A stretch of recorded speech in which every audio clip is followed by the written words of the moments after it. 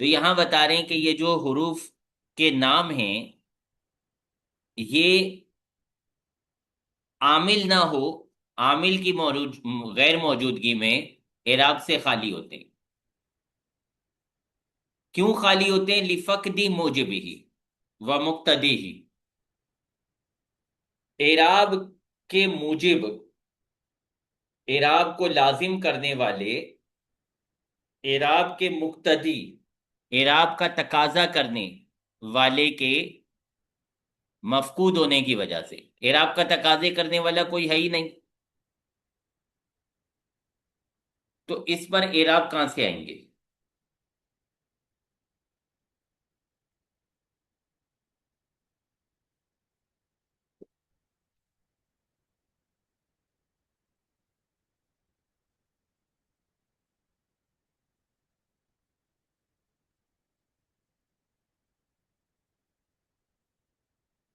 وہ مثال کے طور پہ انجن کا کام کیا ہوتا ہے؟ ریل گاڑی کا انجن ہوتا ہے، اس انجن کا کام کیا ہوتا ہے؟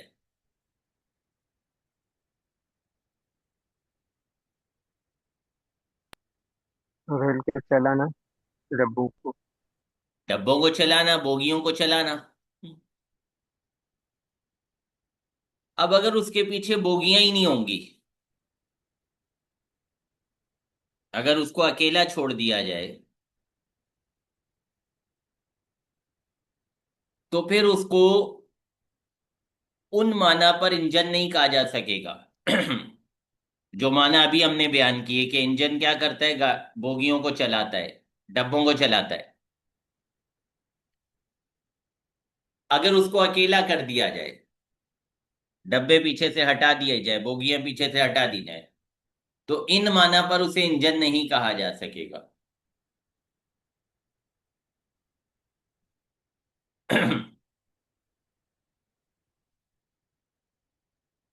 نہیں سمجھ آئی؟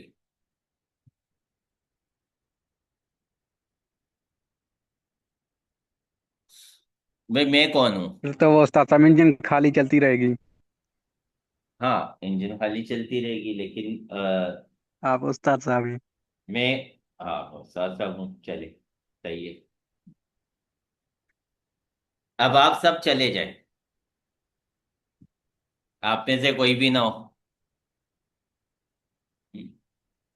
میں خالی کمرے میں بیٹھا ہوا ہوں، کوئی مجھ سے پڑھنے نہیں آ رہا، کوئی مجھ سے سننے نہیں آ رہا، تو کیا مجھے استاد صاحب کہیں گے؟ نہیں کہیں گے۔ ان معنی پر استاد صاحب ہیں کہ جی وہ مطلب ایک مرتبہ ہو گئے تو جنرلی ان کو استاد صاحب ہی کہا جاتا ہے، لیکن جو ان کا کام تھا وہ نہیں کر رہے، تو جس وقت وہ کام نہیں کر رہے اس وقت وہ اس چیز کے ساتھ ملقب بھی نہیں ہوتے ہیں۔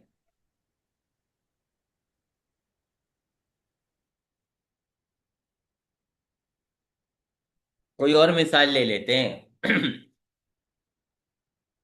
حافظ کو حافظ کہتے ہیں کیونکہ وہ اسے قرآن یاد ہوتا ہے۔ اب وہ قرآن بھول گیا تو پھر کیا اسے حافظ کہیں گے؟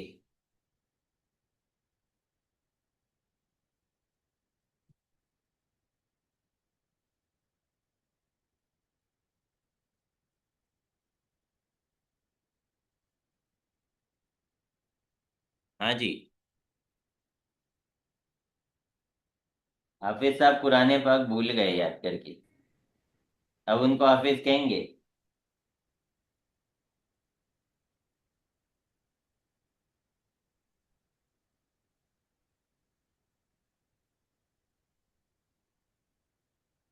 حافظ استاد۔ ہمارے یہاں تو کہتے رہتے ہیں، لیکن حقیقت میں ان کو حافظ نہیں کہا جائے گا۔ لوگ تو استاد حافظ کہیں گے اسے، ہمارے یہاں تو کہتے رہتے ہیں، وہ پہلے ایک حافظ مرتبہ تھا۔ نام پڑ گیا تو وہ چلتا رہتا ہے، ایک مرتبہ جو وزیر وزیر بن گئے، وہ ہمیشہ زندگی بھر وزیر ہی رہتے ہیں، ان کے جو قبر ہوتی ہے اس کے کتبے پر بھی وزیر لکھ دیا جاتا ہے، حالانکہ اب کس بات کے جی وزیر استاد۔ بھائی؟ جو ان کے وزیر کہلانے کی وجہ تھی وہ وجہ تو ختم ہو گئی، تو لہٰذا اب ان کو وزیر کہنا بنتا نہیں ہے، لیکن کہا جاتا ہے۔ ہمارے یہاں جو جنرل ہوتے ہیں، کرنل ہوتے ہیں، پروفیسر ہوتے ہیں، جو بھی عہدیدار ہوتے ہیں، منصب ہوتے ہیں، جج ہوتے ہیں، یہ بھلے ریٹائر ہو جائیں، زندگی سے ریٹائر ہو جائیں، ان کے ساتھ یہ نام چلتا رہتا ہے۔ تو یہ تو خیر ہمارے یہاں ایک انداز ہے، لیکن حقیقت یہ ہے کہ بھائی جو جس کام کے لیے تھا، جب وہ کام ہی نہیں ہے تو پھر اس کو اس نام کے ساتھ ملقب کرنے کا کوئی مطلب نہیں بنتا۔ تو یہاں یہی بتانے کی عوامل کا اثر ہوتا ہے، مورب ہونا، مرفوع ہونا، منصوب ہونا، مجرور ہونا، یہ عوامل کا اثر ہوتا ہے۔ جب عوامل ہی نہیں ہے تو پھر ان حروف ان اسما کو جو ہے مورب نہیں کہا جائے گا، لیکنہا قابلۃ یاہ وموردۃ لہو۔ ہاں یہ ہے کہ وہ جو اسما ہیں جو اس وقت مورب نہیں ہیں عامل نہ ہونے کی وجہ سے، وہ مورب ہونے کی قابلیت رکھتے ہیں، صلاحیت رکھتے ہیں، موردتن لہو، وہ مورب کے لیے پیش کیے جا سکتے ہیں۔ جیسے بھی ہم نے زید کی مثال پڑھی کہ زید اکیلا لکھا ہوا ہے تو وہ مورب نہیں ہے، لیکن جب اس کے مورب نہ ہونے کا مطلب یہ نہیں ہے کہ وہ کبھی بھی مورب نہیں ہو سکتا، وہ ہے مورب، اس وقت مورب نہیں ہے۔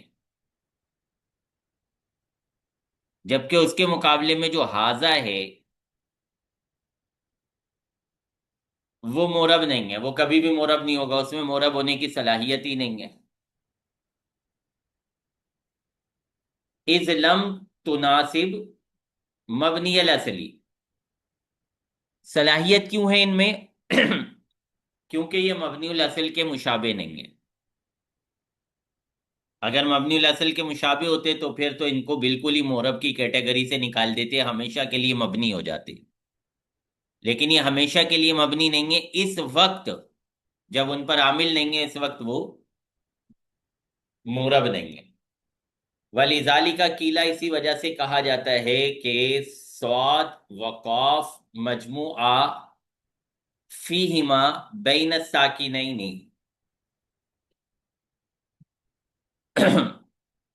صاد اور کاف مجموع کے طور پہ ان کو جمع کر لیا جائے تو یہ ایسا مجموعہ ہوگا جس میں دو ساکنوں کا اجتماع ہوگا۔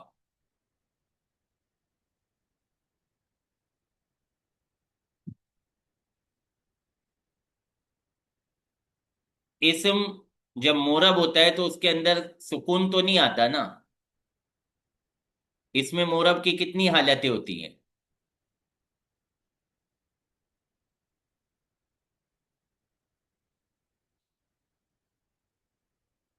ہاں جی، اس میں مورب کی کتنی حالتیں ہوتی ہیں؟ تین، رفع نصب جر، صحیح ہے؟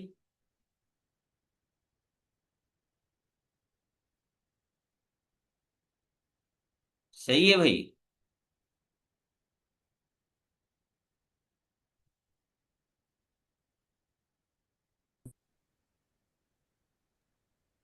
تو اس میں جی مورب کی جی تین صحیح۔ حالتیں ہوتی ہیں، رفع نصب جر۔ ساکن ہونا اس میں مورب کی حالت نہیں ہوتی۔ اب یہ صاد کاف جو ہیں عامل کے ساتھ تو یہ بنتے ہیں مورب، لیکن یہاں یہ کہا جا رہا ہے کہ جب یہ جمع ہوتے ہیں تو ان میں دو ساکن جمع ہو جاتے ہیں، دو سکون کا اجتماع ہو جاتا ہے۔ کیوں کہا جا رہا ہے یہ؟ کیونکہ جس وقت ان پر عامل نہیں ہے تو ان پر اعراب بھی نہیں ہوگا، اعراب نہیں ہوگا تو یہ ساکن ہو جائیں گے. لم یعامل معاملتا این و ہاؤلائی، صاد اور کاف کا معاملہ اینا اور ہا اولائی کے معاملے کی طرح نہیں ہوتا.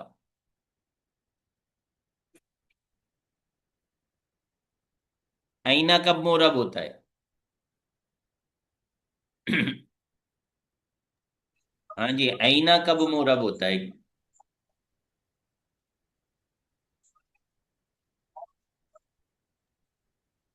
آئینہ تو مبنی ہوتا ہے استاد صاحب. جی، اینا تو کبھی بھی مورب نہیں ہوتا، وہ تو ہے ہی مبنی. صحیح ہے، اس پر نہ اعراب ہوتا ہے اور نہ اعراب آنے کی اس میں قابلیت ہے، صلاحیت ہے. تو کاف اور صاد کا معاملہ ایسا نہیں ہے. وہ جب عامل نہیں ہے اس وقت مورب بھی نہیں ہے، لیکن اس کا مطلب یہ نہیں ہے کہ ان میں مورب بننے کی صلاحیت بھی نہیں ہے، قابلیت بھی نہیں ہے. بلکہ اگر عامل آ جائے گا تو ان میں صلاحیت موجود ہے، قابلیت موجود ہے، لہذا وہ مورب بھی بن جائیں گے. ثم ان مسمیاتها لما كانت انصر الکلامی و بساطه التي تركب منها، پھر ان کے جو مسمیات ہیں جب وہ کلام کے عنصر ہیں، کلام کی اصل ہیں، اور ان کے بسائط جن سے انہیں مرکب کیا جاتا ہے، افتتحت سورۃ بطائفۃ منہا، تو ان میں سے ایک ٹکڑے، ایک گروہ کے ساتھ سورت کا افتتاح کیا گیا، سورت کی ابتدا کی گئی، ایکازن جگانے کے لیے، جھنجھوڑنے کے لیے. آ رہے ہیں تو الحمد للہ. جی،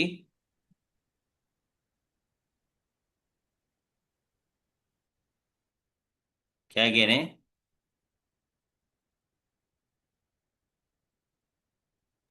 کچھ نہیں استاد صاحب. اچھا، ایکازن جگانے کے لیے، جھنجھوڑنے کے لیے. کس کو؟ لمن تہدی بالقرآن، جسے قرآن کے ساتھ چیلنج کیا گیا تھا.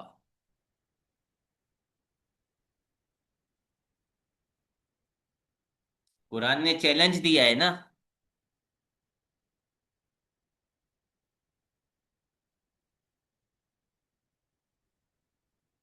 معلوم ہے نا بھائی، قرآن پاک نے چیلنج دیا ہے نا.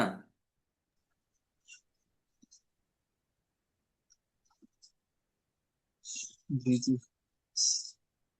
صحیح ہے، قرآن پاک نے چیلنج دیا ہے کہ اگر یہ کلام الہی نہیں ہے تو اس جیسا لے آؤ. صحیح ہے.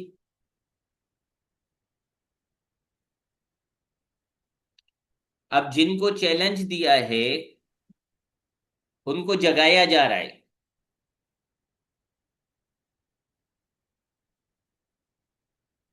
کہ یہ جو کلام ہے جس سے تمہیں چیلنج دیا جا رہا ہے، اس کے جو اجزاء ہیں، اس کی جو بنیاد ہیں، وہ وہی حروف ہیں جن کو تم بھی جانتے ہو.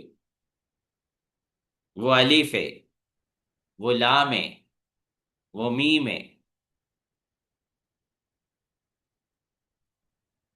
ایسا نہیں ہے کہ کوئی انوکھی چیز لا کے تمہیں چیلنج کیا جا رہا ہے، بلکہ چیلنج ان چیزوں کے ذریعے کیا جا رہا ہے جن کو تم بھی جانتے ہو،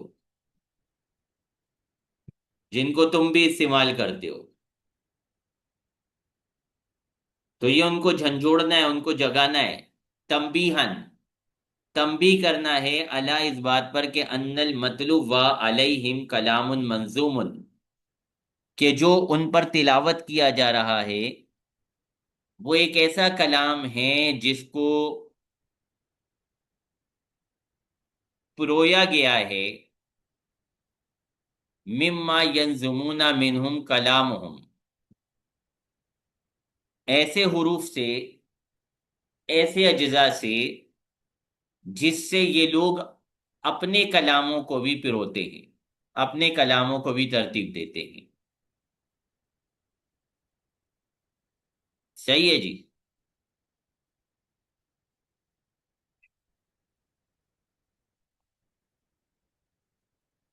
فلو کانا من جی عند اللہ عند غیر اللہ، اگر یہ کلام غیر اللہ کی طرف سے ہوتا، لما عجزو ان آخرہم ما تظاہرہم، تو کیوں یہ لوگ اپنے آخر سے عاجز رہتے، ما تظاہرہم باوجود ان کے باہم تعاون کرنے کے، وقوت فصاحتہم، ان کی فصاحت کے قوی ہونے کے، عن الاتیانی لانے سے، بما یدا نہیں، اس کو جو اس کے مشابہ ہوتا ہے. اگر یہ غیر اللہ کی طرف سے ہوتا تو یہ بھی لوگ تھے، یہ بھی انسان تھے، ایسے انسان تھے جو کفر پر، ایسے انسان تھے جو کفر پر، اسلام کی دشمنی پر ایک دوسرے کی مدد کیا کرتے تھے، اپنی فصاحت میں بھی مشہور تھے. عرب لوگ، زمانہ جاہلیت کے عرب اپنی فصاحت میں بھی مشہور تھے. تو اگر یہ کلام الہی نہ ہوتا تو پھر یہ لوگ کیوں عاجز رہتے اس طرح کا کلام لانے سے؟ تو یہ ان کو جو چیلنج دیا گیا تھا، اس چیلنج پہ ان کو جھنجھوڑا گیا ہے، ان کو تنبیہ کی گئی ہے کہ تمہارا دعویٰ غلط ہے، تمہاری سوچ غلط ہے، تم غلط سمجھتے ہو کہ یہ اللہ کا کلام نہیں ہے. یہ بھی الف لام میم سے مرکب ہے،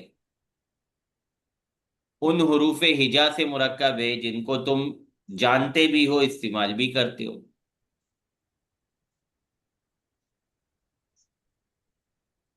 تو اگر تم جیسے کا کلام ہے تو پھر تم بھی ایک ایسا کلام بنا لو.